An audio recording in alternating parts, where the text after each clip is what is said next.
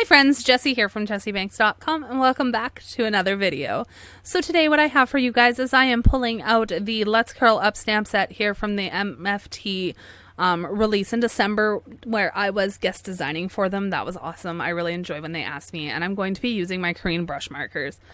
I have some watercolor paper, and this is the card I created for the release using this stamp set, and I'm going to kind of recreate it but using brush markers instead of watercolors.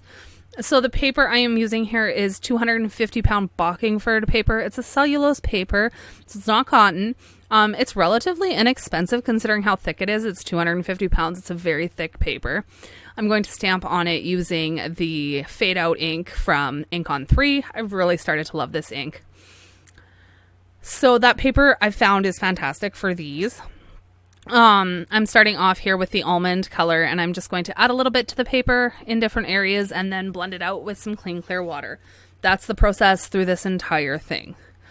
So I'm kind of using the watercolor card as inspiration. The colors aren't exactly the same. That's fine. They don't have to be. I had a blast with this. Thanks, Steph, for reminding me I own these markers. I completely forgot I had them. They were actually underneath my entertainment center upstairs in the living room. My kid found them. And I was like, I own those. Where are they? So it was fun to pull them out and have a play with them. I haven't done a whole lot with them, and I do really enjoy them. I like the color choices. It's a little difficult to get used to the color shift. When they're wet, they do look quite different than they do once they dry. So we're going to work in layers here, coming in now with this rosewood color. I really love this color. I just wanted to gray out that almond a little bit so it wasn't quite so yellow on this little sleeping fox. And this did really well. I do find that when the marker touches the stamped lines with that Ink on 3 ink, it's really, really dark. It's like it sucks it in and it just like holds it there and it doesn't want to move. And I really like that look. I do enjoy that it gets really dark on some of the edges. But you'll see once I go back through and add a little bit more color, I avoid touching the edges with the marker just so it doesn't get too dark. So it's kind of a balance of figuring out what works for you and what look you really like. Like I said, I find this paper blends it out really, really well. I'm just touching it to make sure it's dry. Here you can see how I'm not touching where the stamped line is. I'm keeping it inside. And then when I blend it out, I'm going to blend it out into the inside, and then I'll blend it back towards that stamped line. So I still get that smooth look, but I'm not adding the color directly to the stamped line. It's really pretty. This is really fun. I really like this paper for this. I also don't mind the Bristol paper. I haven't found a cotton paper I really like with these markers. And I find that none of the grays want to move. They just don't want to dance across the paper and blend out like the rest. Maybe I'll find a paper that works for that eventually. Haven't yet. As for the rest of the colors, I haven't had an issue with them. So I'll work on another one maybe later today and get that one posted for you guys as well at some point, just to see how I feel. So now that I've got like the whiter, lighter areas of this done, I'm going to come in with the pale orange, and I'm going to put a coat of pale orange over top of all the rest of the fur on the fox. We're going to deepen it up with some browns and things after. You're really not going to see a whole lot of that orange left, but it does give it a nice base and a nice undertone for the rest of the image. So you can see how I'm just working in small little pieces. I was going to say places, which works too, I guess, but small little pieces of the image at a time, just so I can make sure that nothing's going to dry and I'm not going to have any harsh edges. I just want to make sure that I can blend everything out in order to get the look that I want with it. And I didn't have any issues through this whole image. So that's the head there. Now we'll go on to the body. I do like to just put the marker on the side there. That way I don't have to repeat myself 100 times. And y'all know what color I'm using all the time. So I try to remember to do that. So you can see how I left the darker at the bottom and where the head wraps in front of the body, because that would all have a little bit of a shadow on it. Blending that out to fill the whole thing in and do the same thing on the tail. Oh, these little foxes are so cute. I really do love this stamp set. This one was like, when I opened up my parcel from MFT and I was like, ooh, look at this. This is my favorite stamp set out of them all. Gotta do something with these. So that box card was the first one I created. And then, yeah, I was like, I should do one for the YouTube channel. So this is it. I figured I'd change it up a little bit from watercolor and use something else. Blending that tail out. And I actually don't mind the way he looks when he's super orange like this, but I had a blast layering on the other colors over top and getting a lot more depth to him as well, because we'll come in now with the Praline color. This one's so pretty. This is one that has a big drying shift, though. I find it looks pretty green when it's wet, and when it dries out, that green just goes away. So it's one thing to get used to, not looking at what the color looks like when it's wet and waiting till it dries, because it makes a big difference from wet to dry. There's a few of them that when you wet them, they turn green or they turn brown, and when they dry, they turn more brown or they turn more green, and it's I don't know, it's different, but it's not a watercolor, it is a dye, so it makes a little bit more sense.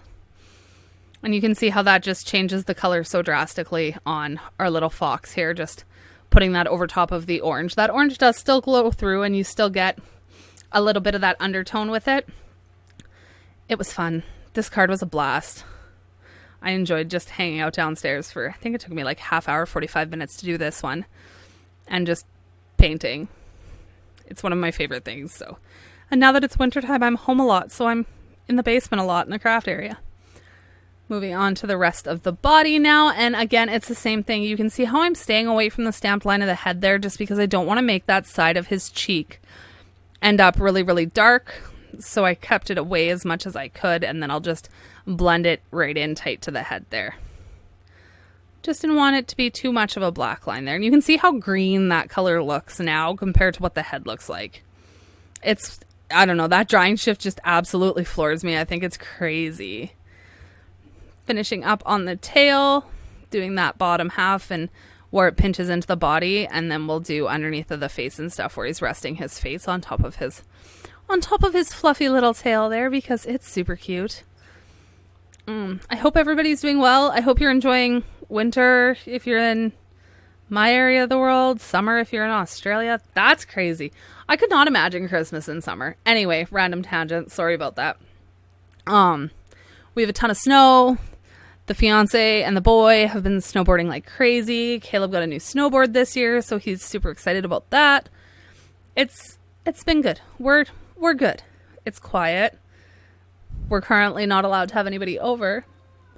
But all in all, everything's good. So now we're on to our last color here, adding on top. Oh wait, I think I'm putting a little more praline here. Yeah, definitely a little bit more praline. I lied. Now we're going to go on to the darkest color.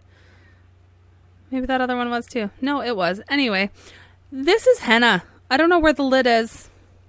It's not in the screen, but the color is the henna color. You can see it there in between the ochre and the gold. There it is. I don't know why I didn't put the cap down. That's what confused me. It's very dark, and it's got a beautiful red color to it when it dries. And I think it's absolutely gorgeous, and it worked so well on our little fox friend here. Then I just take the black marker. I know my hand's in the way because I'm holding the marker super vertical. And that's just to give him his little closed eyes and make his nose nice and dark. Now I brought out the Dr. P.H. Martin's Bleed Proof White ink, and I'm going to add it to its to the fox's nose to give it a little shine. It grayed out a bit, but once it dried, I put another coat on top, and it was pretty bright and white. So I decided to use the Let's Curl Up sentiment here, and I stamped that using the same Ink on 3 Fade Out ink. And then I'm going to take that henna color, and I'm going to trace over top of every letter. So I'm just going to do the L on camera because I have to hold that pen so straight that it's just in the way. And we're going to trace the entire word. You can see it there. It just makes it match the card a little bit better, and I enjoy it more than stamping in brown or black or something. It gives it a little more of a handwritten feel. I took one of the little filigree leafy thingies out of the stamp set, and I curved it in 2 different directions. I just bent the stamp and stuck it on the block. And then I have the ochre color, which is like a greeny yellow. It's like baby poop green, which is one of my favorite colors for everything. Clothes, to use to color, for everything. I love it, except on walls. Don't paint your walls baby poop green. I digress. So I just traced out the stamped lines, and then I'm going to blend it out into the leaf a little bit. It just gives it a nice light hue. I didn't think it needed any more shading than that. That's not the focus of the image. Our little sleeping foxes. So we'll follow the same thing on the other one, and then I will put some of it underneath of our little fox and blend it out to give him a little bit of a grass bed to be sleeping on. So you'll see that here now. So I stay away from the image, and I'm just adding some of it like that. And then we'll bring the paintbrush in, and what I'm using here, this is just a Princeton Glacier series paintbrush around number 2. So it's a tiny little brush. It's a little bit stiffer. I find it moves the ink and the markers very well. And then I'll blend that one all out and have it fade out to the white of the paper.